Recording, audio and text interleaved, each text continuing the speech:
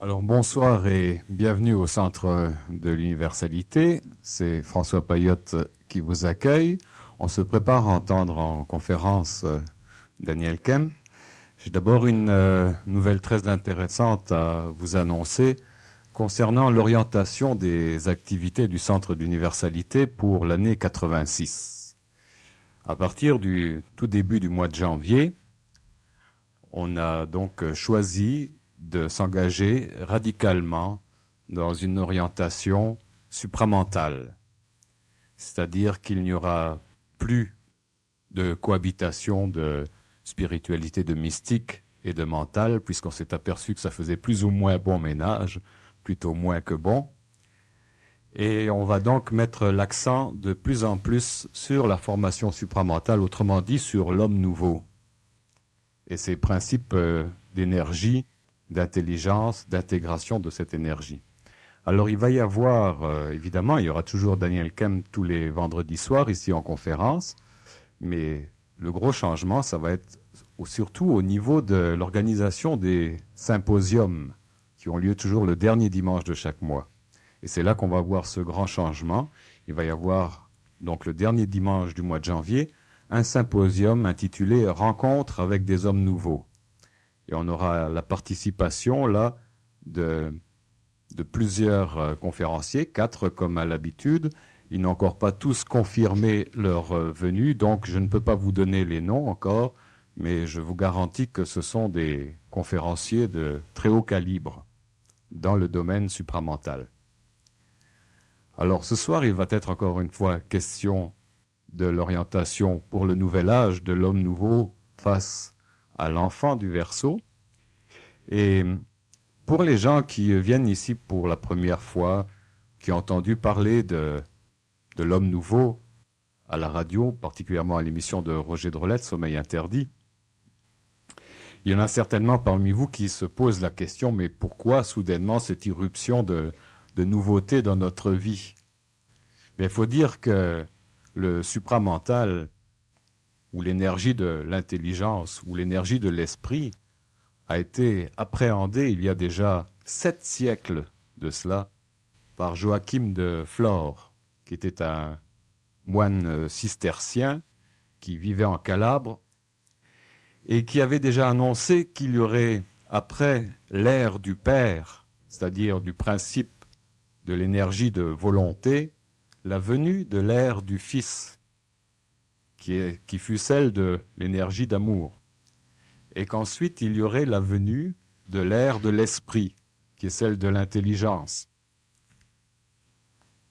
Il disait, lorsqu'il prophétisait, que les enfants de cette époque de l'esprit, cette époque qui est la nôtre, dans laquelle nous entrons aujourd'hui, parleront des choses qu'ils entendront de l'esprit et qu'ils découvriront au fur et à mesure qu'ils parleront.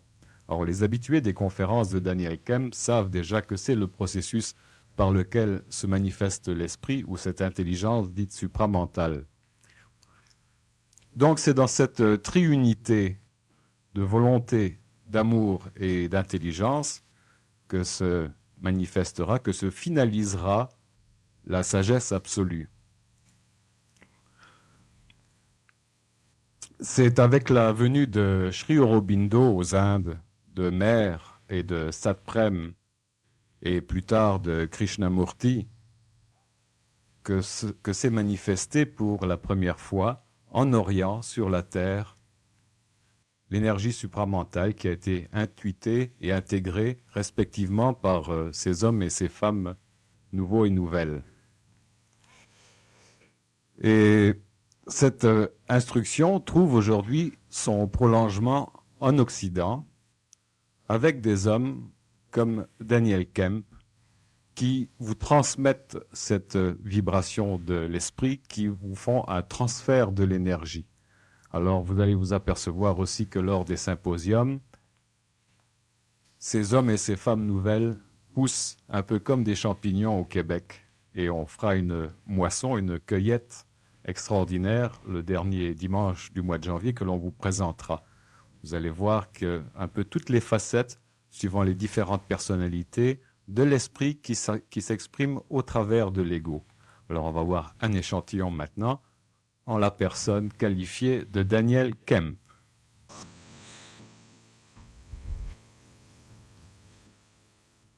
Je vais juste faire un petit message. La conséquentialité, et disons que j'ai été longtemps reconnu comme étant une personne qui arrivait à se servir de toutes les occasions pour pouvoir, certains disent réveiller, d'autres disent brasser, les personnes.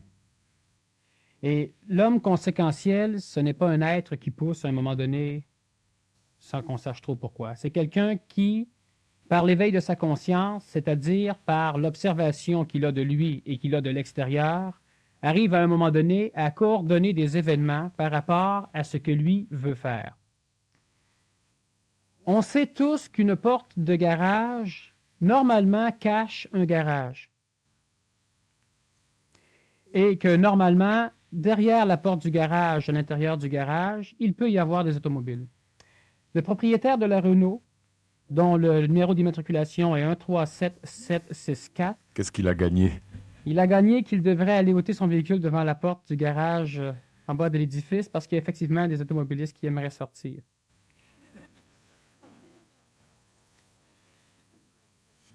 Alors c'est ça, il faut être Je conséquentiel. crois qu'elle est noire, la Renault. Du moins, il fait noir en bas. Présentement, elle est noire. Est-ce que cette personne est dans la salle, peut-être? Oui, ok, bon, ça va. Première leçon. Ce qui est intéressant, c'est qu'énergétiquement, ce que je perçois ce soir, c'est que ceux qui rient ne rient pas de la personne. Non, c'est un fait. Et ça, c'est quelque chose qu'on retrouve beaucoup plus chez l'homme nouveau que chez l'homme ancien. Parce que c'est juste amusant, c'est juste plaisant, effectivement, de pouvoir apprendre. Et on rit beaucoup plus de l'événement. Et lorsque vous vivez des choses qui, apparemment, pourraient paraître des formes de leçons, ben, si vous en riez autant, vous allez découvrir que la vie est drôlement plaisante. Puis on avance rapidement, sans problème. Alors Daniel, tu as entendu un peu l'introduction que j'ai faite avant que tu arrives. J'aimerais connaître, toi, ton opinion, ton interprétation de cette manifestation du supramental sur la Terre ou l'irruption de cette nouveauté dans notre quotidien. Comment est-ce que tu décris le phénomène? Comment est-ce que tu l'expliques? Bon. Disons que premièrement, le nom, le terme supramental désigne une énergie qui aurait la faculté d'être supérieure à l'énergie mentale. Dans certaines étymologies, on parle de mental supérieur, de temps en temps d'Esprit Saint ou de Saint-Esprit. Maintenant, évidemment, le mot Saint-Esprit et Esprit Saint est relativement charrié, c'est-à-dire qu'on le déforme et on l'adapte souvent à ce qui nous plaît, à ce qui plaît à notre spiritualité. Lorsque tout à l'heure, dans l'introduction de François, il disait qu'on était pour faire une scission entre les mécanismes spirituels et les mécanismes de l'homme nouveau, de la femme nouvelle et des enfants nouveaux, ou encore des mécanismes d'ordre supramental. Il voulait, je le sais parce qu'on se connaît bien, et je suis d'accord avec ce qu'il a dit aussi, c'est que les mécanismes de la spiritualité, ce sont des mécanismes que nous allons d'ailleurs expliquer un peu ce soir, des mécanismes qui ont eu une raison formidable d'être. Des mécanismes qui appellent l'homme à croire, c'est-à-dire à développer une énergie de volonté non contrôlée qui portait le nom et qui porte encore le nom de foi. L'homme nouveau n'a plus de foi. L'homme nouveau n'a plus non plus de croyance dans des formes de spiritualité. C'est-à-dire que l'homme nouveau ne croit plus en Dieu. Il faut bien comprendre que l'homme ancien, ou que l'homme, et il faut aussi surtout comprendre que ce n'est pas un péché d'être un homme ancien. L'homme ancien n'avait pas d'autre moyen pour arriver à se connaître et à se parfaire que de se diriger vers un Dieu. Et parce que l'homme ancien n'avait pas la faculté de pouvoir comprendre, il n'avait pas la faculté qu'a l'homme nouveau de savoir ce qu'était Dieu, il était obligé, parce qu'il ne comprenait pas, il était donc obligé de croire. Tout ce que vous ne savez pas envers lesquels vous portez une croyance, vous pouvez vous y diriger malgré votre ignorance parce que vous y croyez. Celui qui croit à la réincarnation vit un peu mieux que celui qui n'y croit pas. Celui qui n'y croit pas se doit de croire à un paradis, se doit de croire à quelque chose qui va lui permettre de soulager son ignorance ou son incompréhension du pourquoi il vit. Et c'est normal, et c'est intelligent, c'est écologique. Le mécanisme de l'énergie supramentale ou de l'expression d'un savoir inexpérimenté, le fait de savoir quelque chose instantanément, parce que c'est utile de le savoir, désassujettit l'homme des mécanismes d'évolution par l'intermédiaire de la foi ou de la croyance. Qu'est-ce que c'est Dieu? Qu'est-ce que c'est l'esprit? Du côté spirituel, on va parler de l'esprit comme étant quelque chose qu'on ne comprend pas, mais auquel on croit. Au niveau de l'énergie supramentale, on va parler de l'esprit comme quelque chose auquel on ne croit pas, mais quelque chose que l'on connaît. Pour la dernière fois ce soir, je donne l'exemple de ce que c'est qu'une croyance et de ce que c'est qu'un savoir. Présentement, est-ce que vous croyez qu'il neige dehors? La majorité d'entre vous ne croit pas qu'il neige. Vous savez qu'il neige. Mais si vous auriez passé la journée ici, vous pourriez vous demander s'il neige ou non, et coloré par les différents bulletins de météo qui annonçaient quelques flocons passagers à un moment donné, et à d'autres postes on annonçait une tempête, coloré donc par l'information collective de la météo, vous pourriez vous diriger vers une croyance qu'il ne neige pas ou une croyance qu'il neige. Tandis que l'homme nouveau sait s'il neige ou s'il ne neige pas, si cela est utile qu'il le sache. Alors donc, il n'y a pas de conflit majeur entre l'homme nouveau et entre l'homme ancien, c'est-à-dire entre l'énergie supramentale et la spiritualité. Par contre, il risque d'y avoir un conflit majeur entre la spiritualité et l'énergie supramentale, ou entre l'homme ancien et l'homme nouveau. Parce que l'un d'eux comprend l'intelligence de l'application des mécanismes d'évolution de l'autre, tandis que l'autre ne comprend pas, il croit. Qu'est-ce que l'esprit? Ou qu'est-ce que Dieu? C'est la même question. Pendant longtemps, l'humanité évoluante sur le plan planétaire, et sachez que l'homme est un être qui a une importance universelle, c'est-à-dire une importance pour l'univers.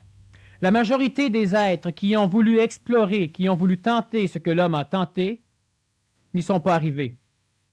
La seule planète où une énergie a réussi à expérimenter la matière d'une façon aussi parfaite qu'il a pu souffrir la matière, la seule planète, c'est la Terre. Et sur cette planète, les êtres qui ont expérimenté la souffrance matérielle pour pouvoir connaître les plus bas fonds de l'involution de notre univers, de façon à cesser l'expansion de notre galaxie, c'est-à-dire de notre univers, c'est-à-dire de façon à cesser l'involution des énergies divines ou supérieures, seul l'homme a réussi.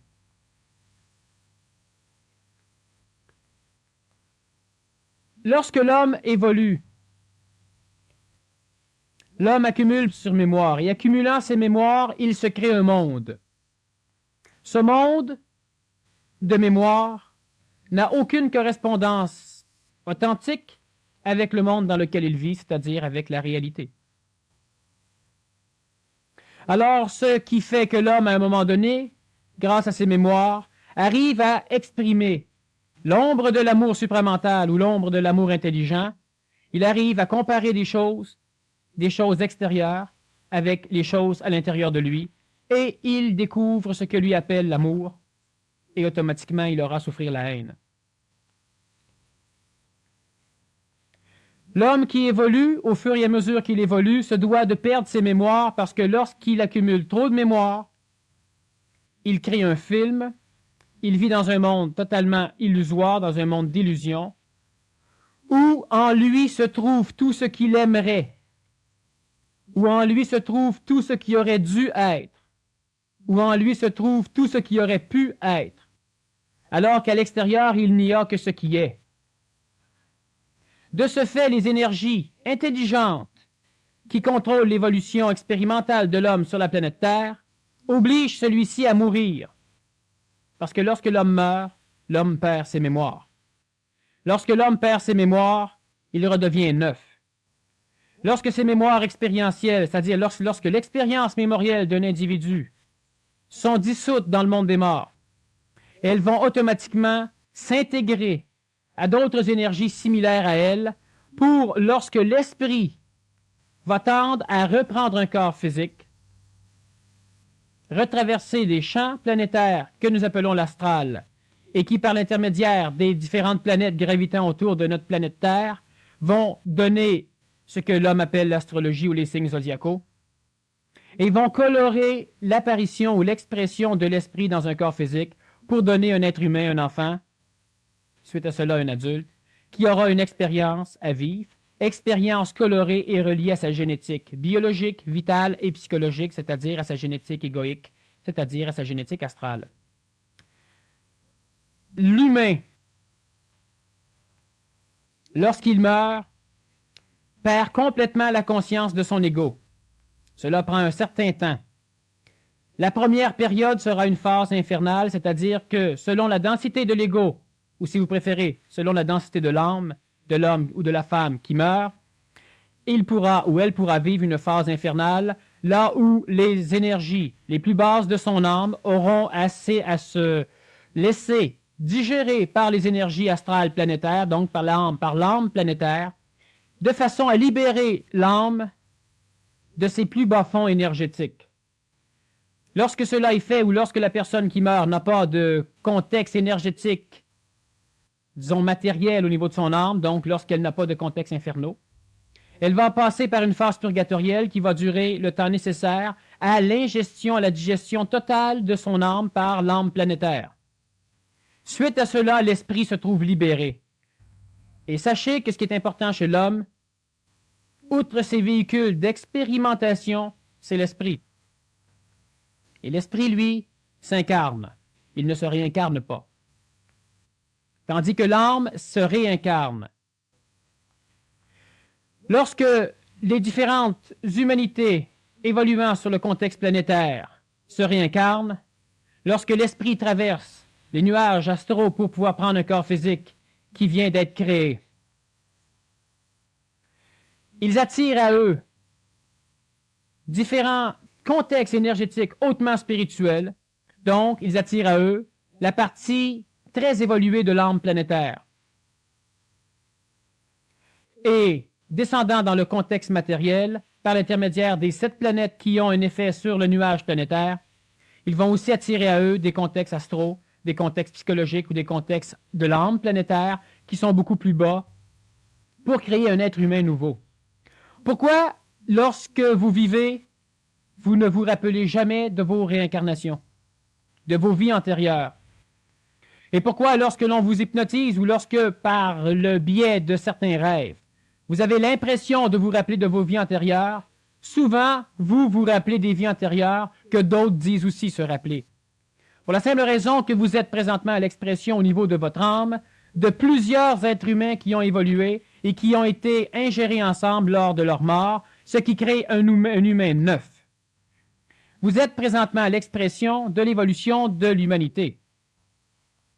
Et c'est aussi pourquoi, si on a présentement 4,8 milliards d'habitants sur la planète Terre, on doit compter quelques trillions d'êtres humains qui ont vécu depuis l'apparition de l'homme sur le plan planétaire. On peut se poser la question, lorsque nous pensons à la réincarnation, comment se fait-il qu'à 4,8 milliards de corps physiques, tous les humains qui ont vécu avant nous vont-ils pouvoir se réincarner?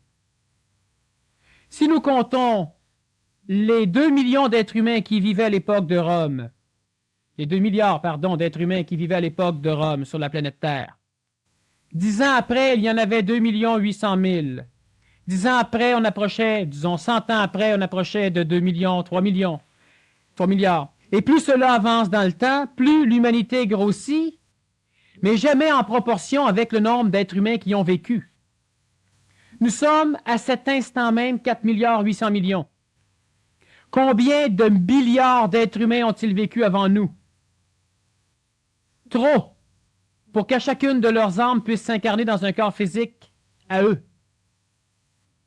Pour que cela se fasse, il faudrait que l'humanité pèse à peu près 10 fois le poids de la planète Terre, qui est totalement impossible. L'homme nouveau a une différence fondamentale avec l'homme ancien, c'est qu'il se réincarne individuellement, c'est-à-dire qu'il ne se réincarne plus d'une façon pluralitaire ou fusionnelle, c'est-à-dire que l'homme nouveau, lorsqu'il meurt, l'âme qu'il a créée revient intégralement sans être mélangée à personne d'autre dans un nouveau corps, c'est-à-dire que l'homme nouveau, lorsqu'il meurt, n'a plus de phase purgatorielle ou infernale à passer.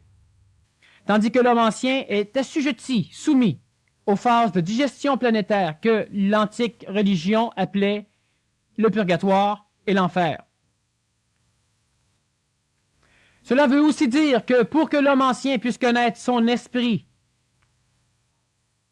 l'homme ancien étant un homme nouveau, pluralisé, l'homme ancien étant un homme nouveau, éparpillé dans plusieurs corps physiques, dans plusieurs temps évolutifs différents, et tous ces hommes et tous ces temps devront un jour se réunir dans une réincarnation finalisante, pluralitaire et fusionnelle pour créer un homme nouveau qui aura, pour la première fois, une conscience planétaire.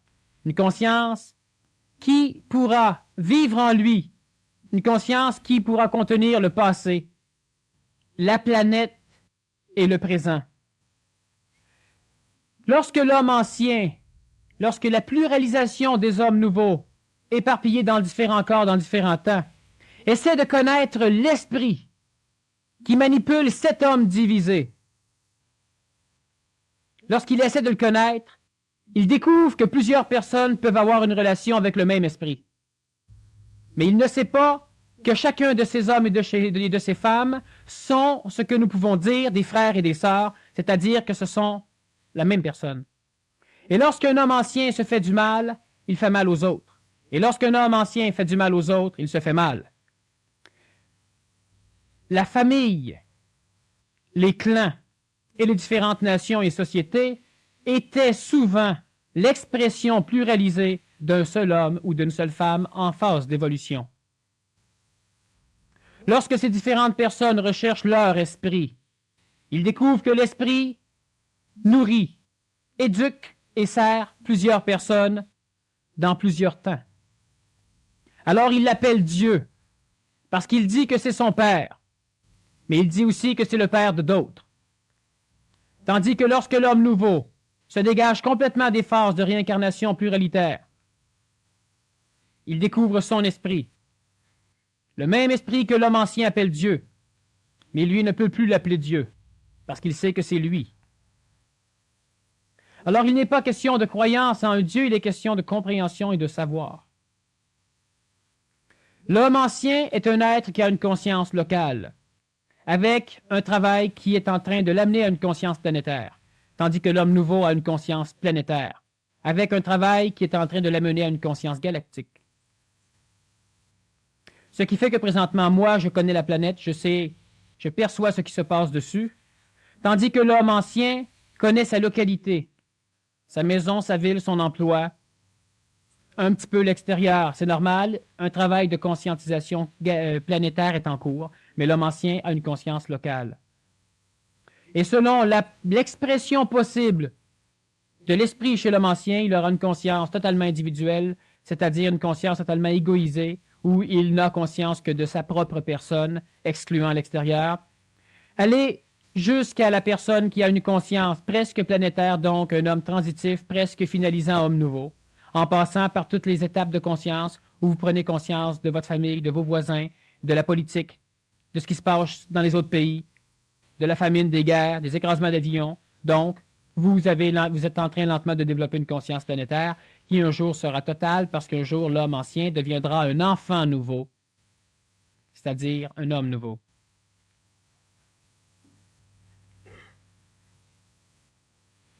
L'homme ancien doit passer par la phase d'une seconde naissance. Comment est-ce que ça se passe, cette naissance? Est-ce que tu veux dire que l'énergie supramentale ne serait pas d'origine extraterrestre, mais plutôt intra-utérine, qu'on a à accoucher nous-mêmes de notre propre esprit? L'énergie supramentale, elle est présentement terrestre, mais elle est de provenance extraterrestre. Et lorsque nous parlons de provenance extraterrestre, pour l'homme ancien qui a une conscience locale développée ou en développement vers la conscience planétaire, lorsque nous parlons de conscience extraterrestre, cela lui fait toujours un peu peur parce qu'il a été suffisamment charrié par les contacts extraterrestres de différents journalistes ou de différentes personnalités qui ont toujours coloré le contact extraterrestre pour l'adapter à leur propre spiritualité ou à leur propre croyance et qui ont été missionnés par cette coloration astrale. Lorsque moi je parle de conscience extraterrestre, je ne parle pas nécessairement de véhicules extraterrestres. De toute cette foire extraterrestre qui n'ont même pas réussi à évoluer autant que l'homme et qui présentement daignent se présenter devant l'homme avec une technologie apparemment supérieure alors que ces hommes-là ne savent même pas ce qu'est la souffrance, alors que ces hommes-là ne savent même pas ce qu'est l'expérience planétaire, alors que ces hommes-là savent très bien que d'ici peu, ils auront un nouveau Dieu, l'homme. Présentement, moi, je suis, pour certains, quelque chose. Aujourd'hui, je peux dire, et un jour vous le direz, je me suis mis au monde. Et moi, je sais, je me suis mis au monde. Je sais qui je suis et plusieurs parties de moi peuvent parler en même temps, dont certaines peuvent dire je sais qui est mon esprit, d'autres vont dire je sais qui est mon corps et la partie supérieure va dire je connais mes parties planétaires. Effectivement, l'homme un jour se met au monde, c'est-à-dire que celui qui ne renaît pas, celui qui n'est pas capable de son vivant de renaître, ne peut pas atteindre cette conscience supramentale parce que mourant, il va automatiquement repasser par des phases d'expérimentation, de digestion et d'ingestion au niveau du plan des morts, donc du plan purgatoriel. Et lorsque nous parlons du paradis dans l'antique religion, nous voulons dire simplement que l'esprit, à un moment donné après la mort, se trouve totalement libéré des contraintes planétaires, donc des contraintes expérientielles, et l'esprit retourne, va là d'où il vient, c'est-à-dire qu'il se réassujettit à ce que l'homme ancien appelle aussi Dieu dans les cieux. Le paradis est un état d'âme et le paradis est un état d'esprit. Ce n'est pas un lieu réel où on peut aller. Lorsque l'homme nouveau se met au monde, c'est-à-dire lorsque l'homme nouveau naît, pour l'énergie galactique du supramental, il est un enfant nouveau. Et la conférence de ce soir tourne beaucoup plus sur l'enfant nouveau, l'homme, l'humanité naissante, vue par l'homme nouveau, la conscience supramentale non planétaire.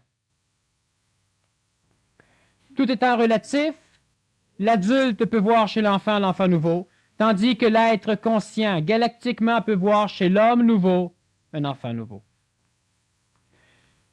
De quelle façon s'opère la naissance? Alors, il faut bien comprendre que présentement, l'homme du Québec surtout, et quand je parle de l'homme, je parle évidemment de la femme, et je parle des enfants, je parle de l'humanité. L'évolution n'est plus possible pour la majorité d'entre vous.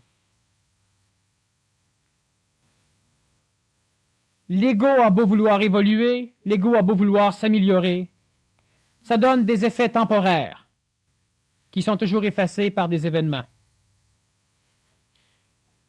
L'homme ancien, l'homme transitif, ne peut plus évoluer. Il n'y a plus d'évolution. Lorsque l'homme préhistorique, disons, évoluait, il évoluait dans son contexte physique et vital. C'est-à-dire qu'il devait raffiner son corps physique.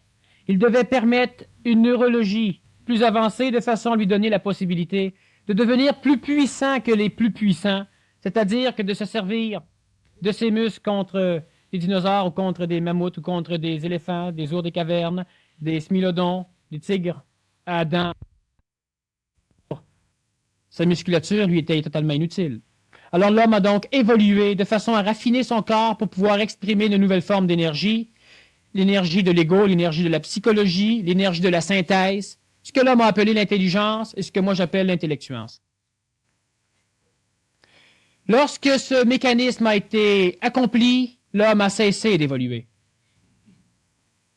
Cet homme, un jour, a eu un contact. Et ce contact n'était pas une évolution. C'était un contact. Ce contact a opéré chez lui une mutation réelle, biologique, vitale, et a créé chez lui la possibilité d'avoir une âme. Lorsque ce contact a été terminé chez lui, l'homme a recommencé son évolution, une évolution au niveau de l'ego, une évolution au niveau de l'âme, et l'homme s'est constitué une âme, l'homme s'est constitué des religions, l'homme s'est constitué tout un mécanisme pour pouvoir englober l'âme, dans lequel l'âme pouvait maintenant évoluer. Lorsque le Nazaréen s'est présenté sur le plan planétaire, lorsque cette énergie, outre, disons extraterrestre, parce qu'elle n'était pas planétaire, l'énergie christique n'était pas planétaire à l'époque, on dit bien que le Christ est descendu. Lorsque l'énergie christique, le terme alchimique de l'énergie supramentale, a pris possession du corps d'un enfant à un moment donné, et qu'il se contacte en fait de cet enfant planétaire, le Nazaréen, il a permis à l'humanité de pouvoir radicalement finaliser l'évolution de son plan amique, de son âme, donc de son plan astral, pour un jour permettre à celui-ci d'avoir un nouveau contact. Ce contact avec le plan mental a été réalisé lorsque le comte de Saint-Germain, au 18e siècle, a commencé à se promener. Et présentement, l'évolution de l'énergie mentale au niveau des contextes nord-planétaires, parce qu'il faut bien comprendre que l'évolution ne se fait plus dans les hémisphères sud. L'évolution et les contacts, le nouveau contact qui attend l'homme, le contact supramental, se fait dans l'hémisphère nord. Avez-vous déjà pris un globe terrestre dans vos mains? Vous prenez un globe terrestre, vous le placez sur une table et vous l'observez. Et vous pouvez constater que le pôle Nord, que l'hémisphère Nord, que les pays qui présentement se dirigent vers le contact, donc les pays qui depuis longtemps évoluent, depuis le début de la 5e race mère, la race blanche neurologique, et non pas exclusivement cutanée, que le dessus du globe, c'est le contexte évolutif. Avez-vous déjà vu un globe terrestre qui présentait la surface, le pôle sud en haut? Si vous en voyez un, vous allez avoir une idée, vous allez avoir un charriage psychologique qui va vous dire, tiens, il est à l'envers. Alors que la planète Terre n'a ni dessus, ni dessous, ni côté, ni bas, ni haut. Elle flotte dans l'espace, et si on a une conscience le moindrement galactique, on voit bien que le haut et le bas n'existent pas. Tandis que l'homme, qui a présentement le pouvoir du contact et le pouvoir de l'évolution, manipule le contexte planétaire, et le globe terrestre est une expression fameuse de cette absurdité psychologique où on place les pays puissants sur le dessus. Et en dessous, il y a les autres. L'homme du Québec et certaines parties de l'humanité des contextes nord-planétaires ne peuvent plus évoluer. L'homme, l'humain, ne peut plus améliorer son contexte amique, sa psychologie. Il se fait charrier, il souffre encore par sa psychologie. Il doit établir le contact, premièrement avec son contexte mental. Non pas devenir intellectuel, mais devenir mental. Lorsque cela est fait, la phase ultime d'évolution s'achève et l'homme nouveau, l'homme transitif, celui qui maintenant se dirige vers un contact avec l'énergie supramentale, a tendance à vouloir naître. Alors, il faut bien comprendre que tous les mécanismes qui poussent l'humanité prête au contact, à vouloir continuer une évolution, fait que ceux-ci changent de religion, ceux-ci changent d'auteur de livres, ceux-ci changent de conférencier, ceux-ci changent de plusieurs choses, parce que ceux-ci recherchent quelque chose de neuf, alors que dans toute leur évolution, qui est terminée au niveau du plan mental et amique, astral ou psychologique, il ne peut rencontrer que des choses qu'il sait déjà, des choses qui sont connues. Alors il ne peut pas être satisfait. Il lui manque quelque chose d'autre. Il lui manque le contact.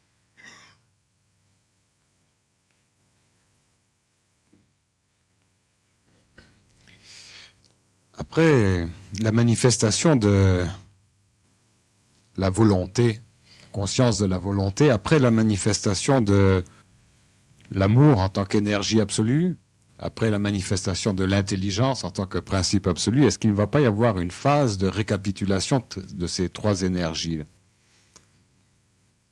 Est-ce que tu vois le contexte supramental, la manifestation de l'intelligence comme une finalité ou une avant-dernière étape avant cette récapitulation? Bon. Alors, disons que, anciennement, on dit et on parle encore que l'homme est triunitaire. Que l'homme vit dans un contexte physique, dans un contexte de l'âme et dans un contexte de l'esprit.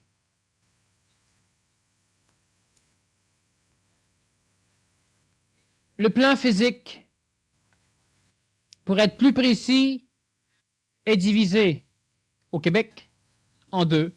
Le plan physique de la matière atomique et le plan vital, l'atomicité de la matière. L'âme est divisée en deux au Québec. Le contexte mémoriel, la psychologie colorée par l'émotion, et le contexte mémoriel, le mental non coloré par l'émotion. Et l'esprit au Québec est divisé en trois parties. Le contexte supramental, le contexte appelé encore, pour pas longtemps, bouddhique, et le contexte divin. Lorsque l'homme a un contact avec l'énergie supramentale, l'homme a donc un contact antiquement appelé avec l'Esprit Saint. La récapitulation, il y a de toute façon couramment des récapitulations au niveau de chaque contact, au niveau de plusieurs choses. Les mécanismes qui vont permettre à l'humanité nord-planétaire de pouvoir finaliser l'évolution mentale pour parvenir au contact supramental est permis par le reste de l'hémisphère sud. Présentement, l'enfant nouveau qui va naître, il y a des enfants nouveaux, biologiques, je parle donc de l'enfant, du fœtus aller jusqu'à l'adolescence.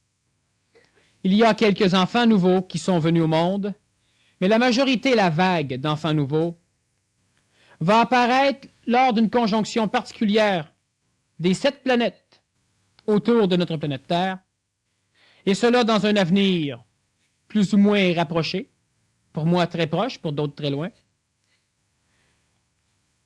pour la simple raison que tous les êtres qui présentement ont terminé leur évolution réincarnative pluralitaire et qui sont présentement en attente parce qu'ils peuvent se réincarner d'une façon unique, doivent attendre qu'un contexte d'évolution, qu'un cadre d'évolution, qu'une écologie évolutive soit instaurée sur le plan planétaire.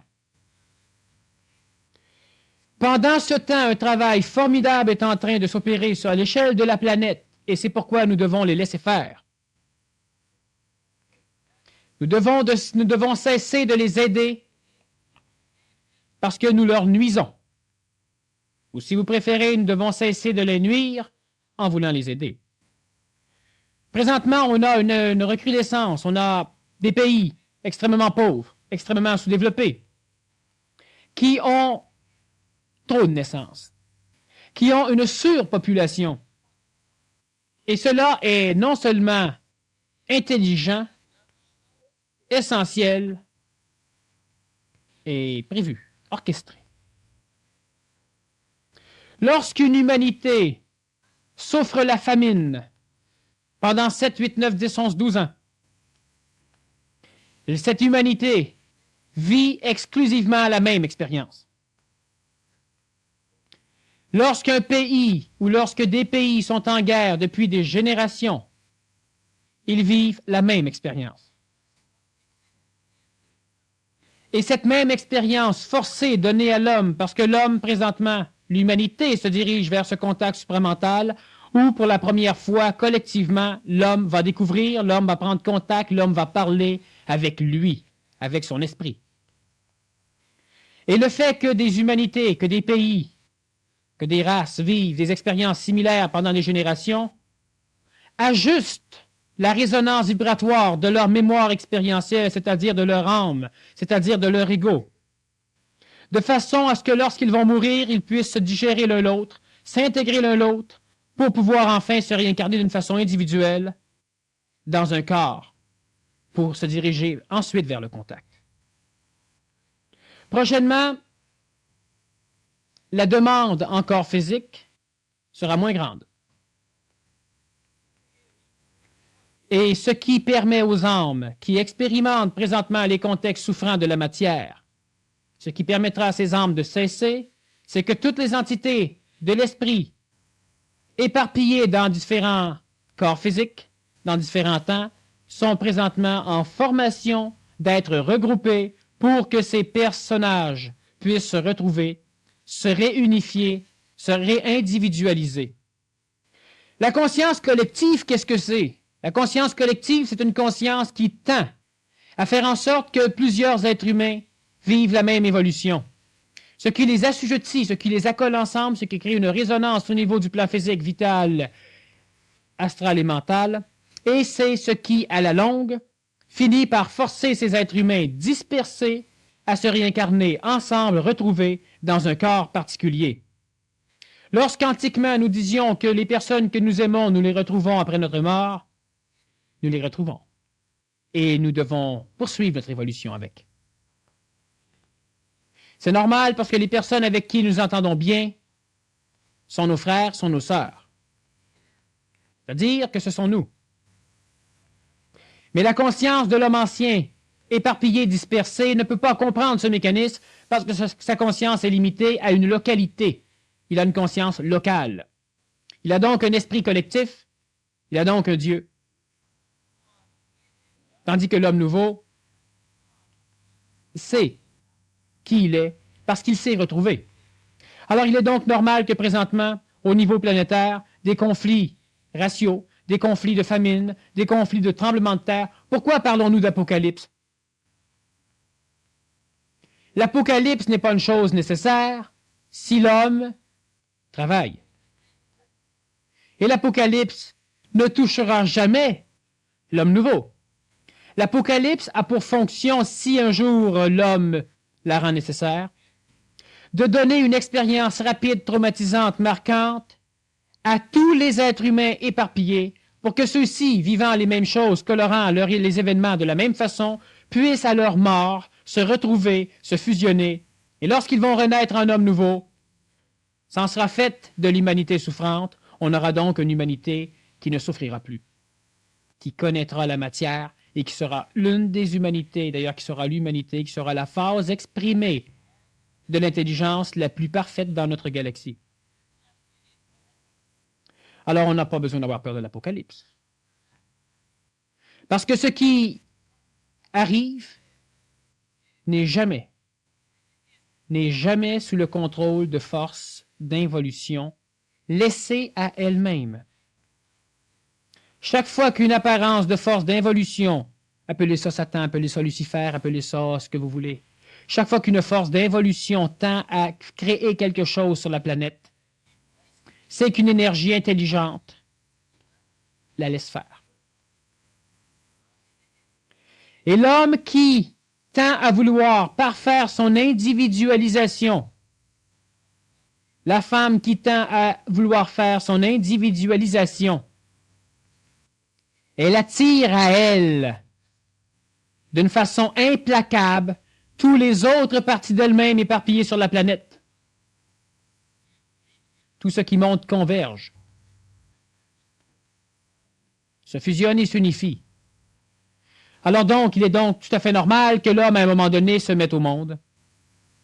Parce que travaillant d'une façon à s'individualiser, c'est-à-dire à se sortir de la collectivité, il va sortir en même temps avec lui les autres parcelles de son expression dans d'autres corps physiques, ses frères et ses sœurs. Et à un moment donné, ils devront se rencontrer. Et à un moment donné, par les principes qui font encore peur à l'homme ancien, il les retrouvera. Et on assistera à la naissance d'un homme nouveau. Certains parmi les hommes qui sont présentement dans des corps physiques sont des hommes nouveaux, mais ils sont encore assujettis à la conscience collective, donc ils ne le savent pas. Plusieurs parmi vous sont des hommes et sont des femmes et sont des enfants nouveaux, mais vous ne le savez pas, parce qu'on vous l'interdit. La conscience collective interdit à l'homme de savoir s'il est unique ou pluralitaire. Pourquoi? Pour la simple raison que l'homme ancien, qui un jour aurait cette connaissance que peut-être il est unique, ne pourrait pas poursuivre son évolution, ne pourrait pas retrouver les autres parties de lui, et il aurait un vache problème. Mais l'homme nouveau qui est présentement dans un corps et qui, lors de ses prochaines réincarnations, s'il en vit, se réincarnera totalement, intégralement avec le souvenir de ses vies antérieures, se doit à un moment donné de prendre conscience de ce qu'il est, de l'état dans lequel il est, de l'importance qu'il a, non pas pour son ego, mais de la réalité importante qu'il a pour lui, pas pour l'ego, pour l'esprit, pour son esprit. Daniel, est-ce que l'accouchement de cette conscience qui est en gestation à l'intérieur de nous doit se faire dans la douleur? Je te vois venir, c'est bien. On a un personnage écologique avec nous. C'est beau, la vibration. L'enfantement, est-ce qu'elle va être dans la douleur? Ben, effectivement, l'enfantement est dans la douleur. Vous avez déjà vu un enfantement qui n'était pas dans la douleur, sauf sur une personne morte? Qui va naître? Qui va enfanter? L'homme ancien. Donc l'ego. L'enfantement physique, évidemment, est encore douloureux. Pas pour longtemps. Non, pas pour longtemps. Parce que l'enfantement physique douloureux est douloureux pour la simple raison qu'on doit collectiver et assujettir toutes les mères. De cette façon, on assujettit, on collectivise les enfants même à la naissance, et c'est un mécanisme tout à fait normal de l'évolution de l'homme ancien. L'homme ancien, lorsqu'il va se mettre au monde, il va souffrir. Pourquoi? Parce que l'ego ne voudra pas, l'ego va résister.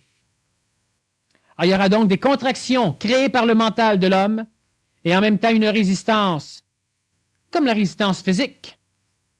Une résistance créée par l'âme, par l'ego. Parce que l'âme a osé s'enseigner à elle-même qu'elle était immortelle, et l'âme a osé enseigner à l'âme que certaines personnes devaient sauver leurs âmes, que l'âme devait être sauvée. Et l'âme n'a jamais enseigné d'importance sur l'esprit. Le corps physique enseigne au corps qu'il doit être immortel. L'âme enseigne à l'âme qu'elle doit être immortelle. Mais seul l'esprit est immortel pour l'instant, et seul l'esprit a la faculté d'immortaliser le reste. Alors donc, l'enfantement va se faire pour certains dans la douleur. Plus il y aura d'hommes nouveaux, plus il y aura de femmes nouvelles. Plus les hommes qui se mettront au monde eux-mêmes le feront facilement. Alors c'est sûr que c'est souffrant parce que l'ego résiste. Vous refusez d'être ce que vous êtes. Et il y a un autre problème qui complique la chose, c'est que qui sommes-nous? Alors, comment différencier le charriage qui nous fait croire que nous sommes un tel? Vous n'êtes pas un tel. C'est simple. Vous êtes nouveau. Si vous êtes quelque chose qui existe, bannissez-le, c'est un charriage. Si vous êtes du neuf,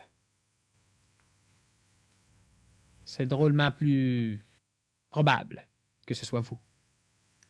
Faut donc qu'avant la naissance, il y ait une reconnaissance de notre identité réelle pour pouvoir engager l'esprit dans le col.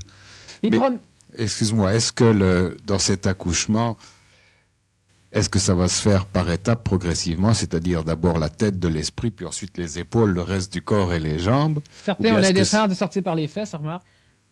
Oui, c'est ça. Ou est-ce que ça peut être fait d'une façon instantanée? Bon, ça peut se faire d'une façon instantanée.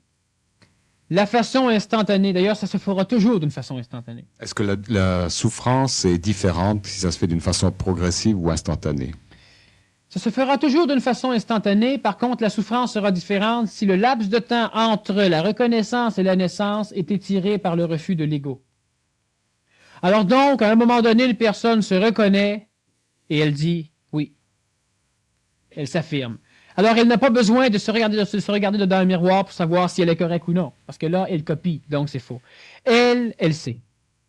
Alors, il y a des choses qui ne vont plus, elle les transforme et ça se transforme facilement. Il y a des choses qui vont et elles continuent et ça se fait facilement. D'autres personnes vont résister. Alors, ils se reconnaissent parce que certaines parties d'eux sont suffisamment évoluées pour que le contact commence à s'instaurer. Donc, il y aura une communication avec ce qu'au Québec nous appelons l'ajusteur de pensée.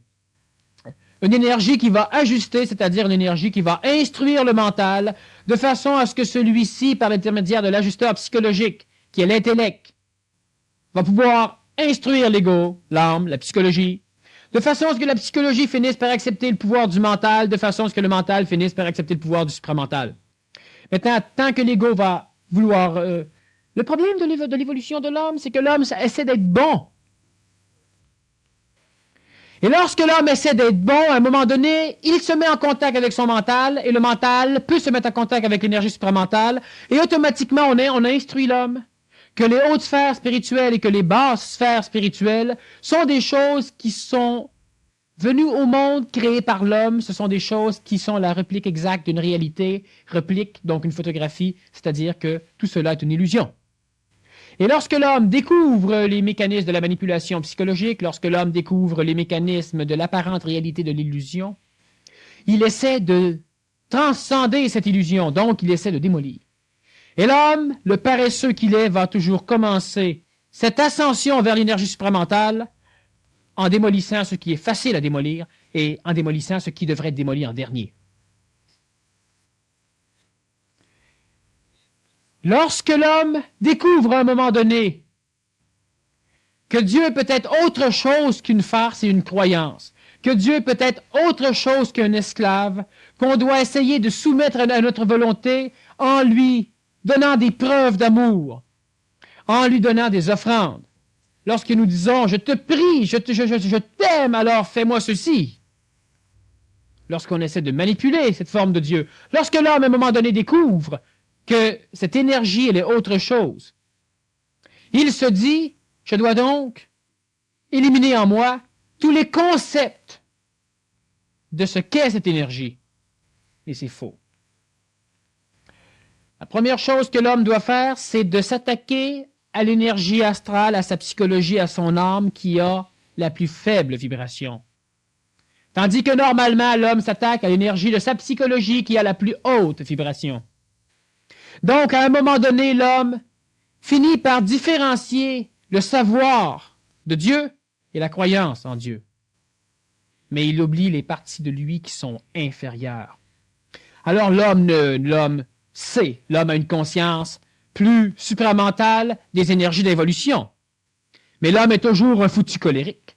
L'homme est toujours une personne qui aura peur de Satan ou qui aura peur de certaines choses. Moi, je peux faire peur à un homme qui se dit supramental. Parce qu'il a peut-être transcendé les énergies spirituelles. Mais il a oublié de transcender les énergies matérielles de sa psychologie. Alors, ce qui fait qu'à un moment donné, ce qui permet à l'homme d'entrer en contact avec son plan mental, donc supramental, c'est son énergie hautement spirituelle. Et l'énergie hautement spirituelle sert d'instructeur aux énergies basses chez l'homme. Alors, si on refait l'étape, l'énergie supramentale, par l'intermédiaire de l'ajusteur de pensée, instruit le mental, par l'intermédiaire de l'ajusteur psychologique ou l'intellect, il instruit le plan psychologique de l'homme ancien. Mais lorsque chez l'homme ancien, on démolit la haute partie de l'astral ou de la psychologie, l'énergie supramentale, par l'intermédiaire de l'ajusteur de pensée, instruit le mental, par l'intermédiaire de l'intellect, instruit qui? Ce qui vibratoirement, dans l'ego, peut toucher le mental, a été détruit. Il reste les parties basses de l'astral, qui, eux, résistent. Et qui, eux, vont résister, mais même s'ils ne peuvent plus s'exprimer dans le plan de la psychologie, même si elles ne peuvent plus s'exprimer pour charrier, colorer, contrôler l'homme, elles vont s'exprimer par son corps physique et elles vont le rendre malade. Elles vont lui faire perdre la mémoire, elles vont lui donner des problèmes cardiaques, elles vont lui donner des problèmes musculaires, des problèmes nerveux. Elles vont donner des problèmes au corps physique de l'homme. Et alors là, on a donc l'apparition d'un homme qui est lucide, qui est contacté et qui est malade.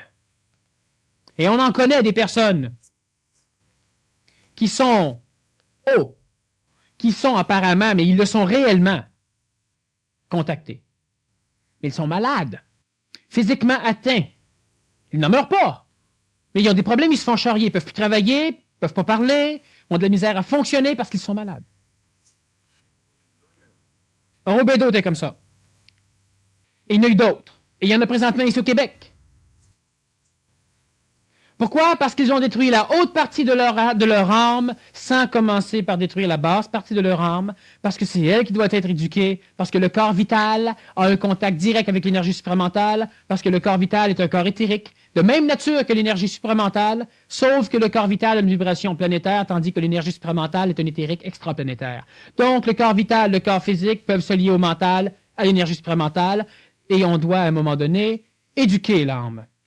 J'ai expliqué lors de la conférence de la psychologie de l'homme nouveau de quelle façon l'âme finirait par être supramentalisée. Alors donc, je ne reviens pas ce soir là-dessus. Mais c'est un danger qui rend la naissance de l'homme nouveau souffrante parce que celui-ci démolit des contextes qui disons, qui ne seront plus utiles, mais il oublie de commencer par attaquer. Même le Nazaréen a fait cette petite gaffe. Il a donc été obligé de mourir sur la croix pour descendre aux enfers, c'est-à-dire pour aller finaliser. Et c'est normal, parce que d'ailleurs, ce n'était pas son corps qu'il avait. Il a donc été obligé de descendre aux enfers pour aller finaliser la restructuration de la petite partie de l'âme planétaire qu'il restait, tout le reste étant tout à fait supramentalisé. Et après, il a eu ce corps de lumière, c'est-à-dire un corps éthérique, un corps supramental. Évidemment, l'immortalité, mais lui a continué son cheminement à travers d'autres plans par la suite. Alors donc, la naissance, elle est douloureuse. Pourquoi? Parce que l'ego résiste. Et la grosse partie, c'est la partie qui va résister le plus, si on n'y fait pas attention, c'est ce qui est de plus bassement vibratoire chez l'homme. L'homme ancien dit ce qui est de plus mauvais chez vous. Alors, est-ce qu'on doit commencer par par se poser la question? Je pose une question, je ne réponds pas ce soir, je vais peut-être répondre la semaine prochaine, parce que la semaine prochaine, c'est la continuité de cette conférence. On a pour titre La femme nouvelle face à l'enfant nouveau. Mais ce sont des titres que nous touchons, mais plus cosmiquement que les autres conférences où on s'appliquait plus à parler de l'homme et de l'enfant. Disons que la question que je pose, c'est celle-ci. L'homme qui se conscientise et qui, à un moment donné, commence à douter de la religion ou de l'application des lois permettant supposément à l'homme d'arriver à ce contact avec l'esprit, ce que l'Antiquité appelle le contact avec Dieu. Est-ce qu'il doit commencer par clairer, éliminer chez lui les manipulations religieuses, ou s'il ne devrait pas plutôt commencer par éliminer chez lui la fuite qu'il a pour le bas astral, ce que l'homme appelle Satan, Lucifer, la colère, la peur, la jalousie. Autobus aussi. Moi, je l'appelle comme ça, autobus, parce que tout le monde embarque. C'est ça, tout le monde embarque. Et certains appellent ça un étobus, parce qu'on se fait écraser en plus. Alors, c'est ça. Alors, c'est la question que peut-être qu'on devrait se poser, c'est que souvent, celui qui se conscientise commence par éliminer les hautes sphères de sa psychologie et il oublie complètement le bas. Et à un moment donné, mais je comprends, je vois clair, mais je shake, je comprends pas pourquoi. Mais c'est normal, il y a une partie en toi que tu ne peux plus connaître. Pourquoi? Parce que tu as coupé ce qui te reliait à elle, et elle résiste, elle est perdue. On ne peut pas l'éduquer, il faut qu'on s'éduque. Et on ne peut plus l'éduquer parce qu'on n'a pas le contact avec elle. Alors automatiquement, on a besoin, à ce moment donné-là, de quelqu'un d'autre pour venir nous éduquer énergétiquement, parce qu'on n'a plus le contrôle sur ce mécanisme. Daniel Kem, merci beaucoup. Alors, j'ai quelques petits messages